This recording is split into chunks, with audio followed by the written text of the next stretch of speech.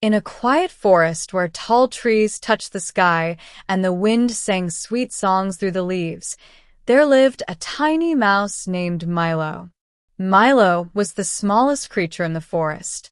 He had soft brown fur, sparkling black eyes, and a heart that dreamed big. But everyone around him believed that he was too small to make a difference. "Look at you," the rabbits laughed.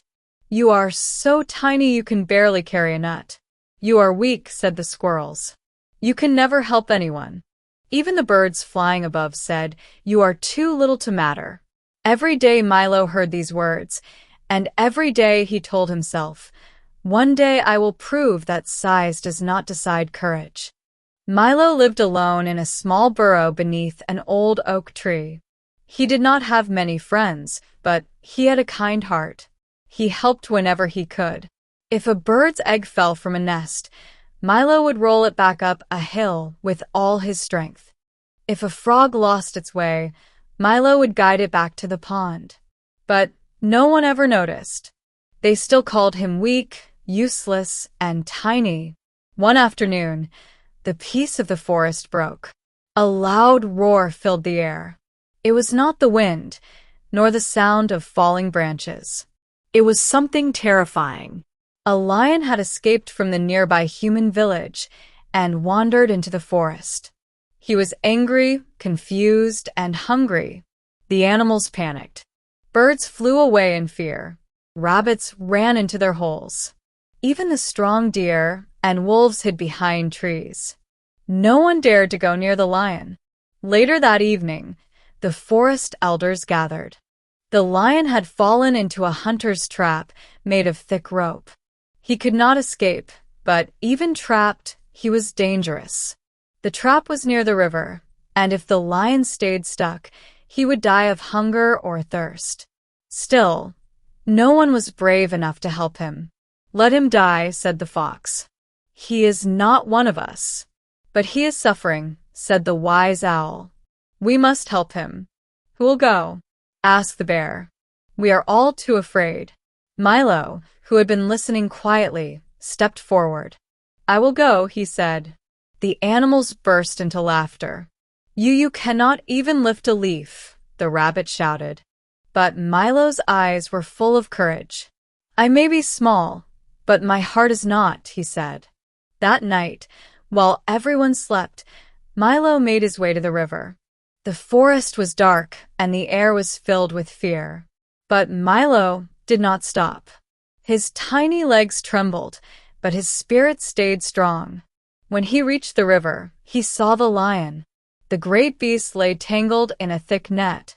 His golden mane was dirty, and his eyes were filled with pain and anger. When he saw Milo, he roared loudly. The sound shook the trees, but Milo did not run. "I have come to help you," he said softly. The lion growled. "You a mouse? You think you can help a lion? Let me try," Milo said. Carefully, he climbed onto the ropes. Using his sharp little teeth, he began to gnaw.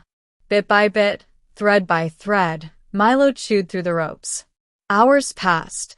His mouth hurt. His body was tired. But he did not stop.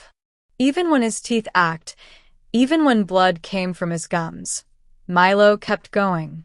Finally, just as the sun began to rise, the last rope broke. The lion stood up, free at last. He looked at Milo with surprise, then with softness. The anger in his eyes faded. "You saved me," he said in wonder. Milo smiled, though he was shaking from exhaustion. "I told you even a small creature can make a big difference." The lion bowed his great head. "You are the bravest soul I have ever met." Together they walked back to the forest. The animals watched in shock as the lion gently carried Milo on his back. The once feared lion was now humble, and the once laughed at mouse was now honored. From that day on, Milo was no longer called weak or useless. He became a symbol of hope and courage. The forest animals began to see that bravery is not measured by size or strength. It is measured by heart. And the lion, He became Milo's closest friend. He protected the forest with honor, always remembering the tiny mouse who saved his life. Milo's story spread far and wide.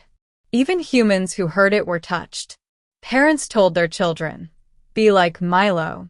Be kind. Be brave. Believe in yourself. No act of kindness is ever too small.